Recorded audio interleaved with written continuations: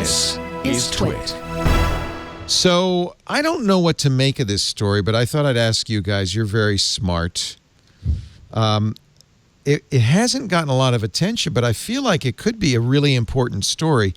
There's an activist investment firm called Elliott Management, and according to Bloomberg, they've just taken a sizable stake in Twitter. No one knows what that sizable stake is, but I should point out that Elliott Management is run by Paul Singer.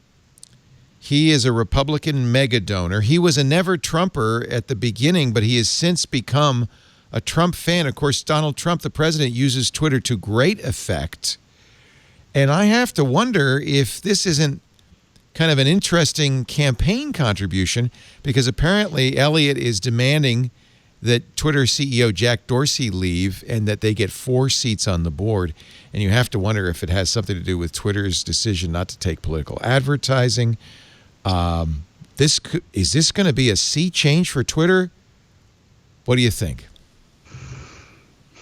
Well, this guy, so they've done this before, right? Like this guy has made Paul Singer.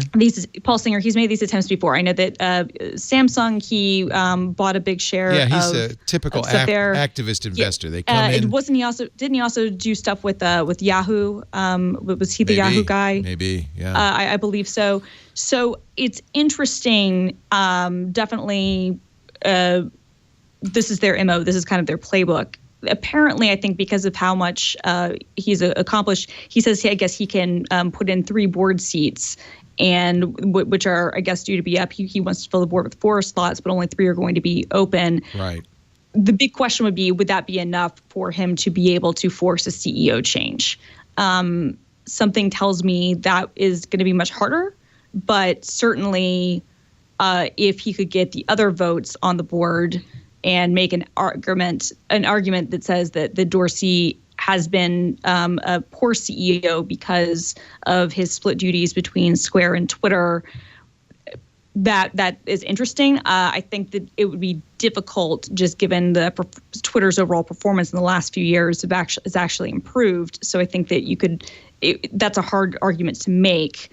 I'd hate to see Twitter become an arm of a political party, a publicity arm for a political party. That would be devastating. Definitely. He's not rich enough to. He's only worth $3.2 billion. I mean, he's not a Bloomberg, for instance. Right. Who was worth $62 billion. He's not a Bill Gates, but I guess 3.2 is enough. Twitter's not that valuable. But it should serve to remind Twitter users, the public in general, that these platforms are not public services, right? They are private companies or public companies. And so they do, they may have rules, they may have guidelines, they may have operating philosophies, but those philosophies can change over time depending on who owns the companies. Yeah. And so if the management changes, we were just talking about data, how the company uses your data can change. What you're allowed to say or what direction the company goes in can change. And so I think it is kind of maybe a rude awakening to some people who treat these platforms, whether it's Twitter or Facebook or, Michael and I in the media industry, those platforms, these are all private entities, right? And so while different entities have different values, it'll be interesting to see what happens with a platform like Twitter.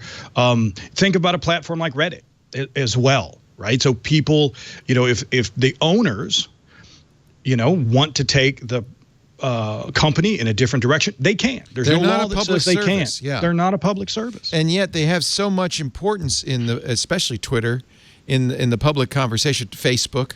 In fact, some have said they should be public services. They shouldn't be run for profit. I don't know if I agree with that, but. Well, I think, honestly, like you said, Leo, I'm not sure I would agree in turning any of these, private companies into public services, but it does remind us of what we get out of things like roads or publicly managed utilities, even if they're private companies or public companies, right? Or the water company and the power companies, those public services that we really sort of value in our everyday lives.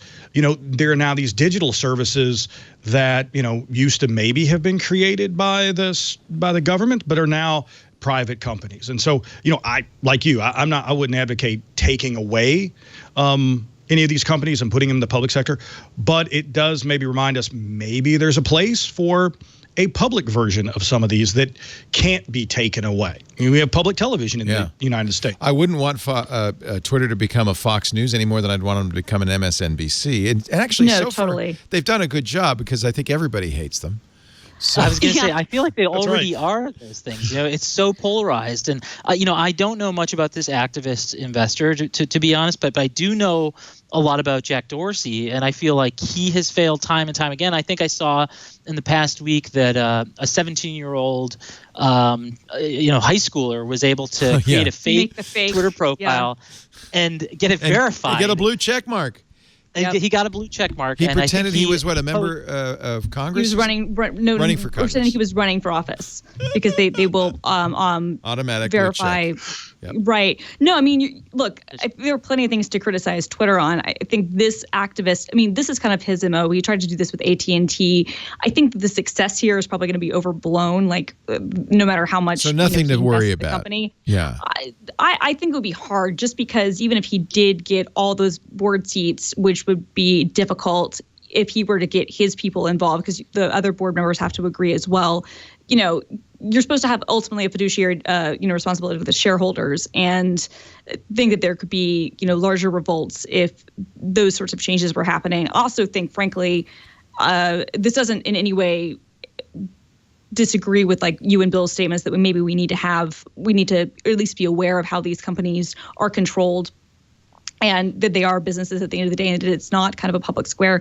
But I do think that if there was a significant management shakeup, then you would see a massive amount of talent just leave, which in turn would completely drop the value of the service. That's really true. Right? That's really true. That's the thing I think you have to keep in mind too, is that, you can put need engineers. And they're need prickly, engineers. and they're in demand. Right. There's nothing keeping them anywhere. They're in flux because everybody wants a good engineer. Right, and if you really did want to say, okay, we could restart Twitter and have a different type of Twitter and migrate people over, the surest way to do that would be to ruin the management and then have everybody just be like, okay, we're going to get funding and build our own.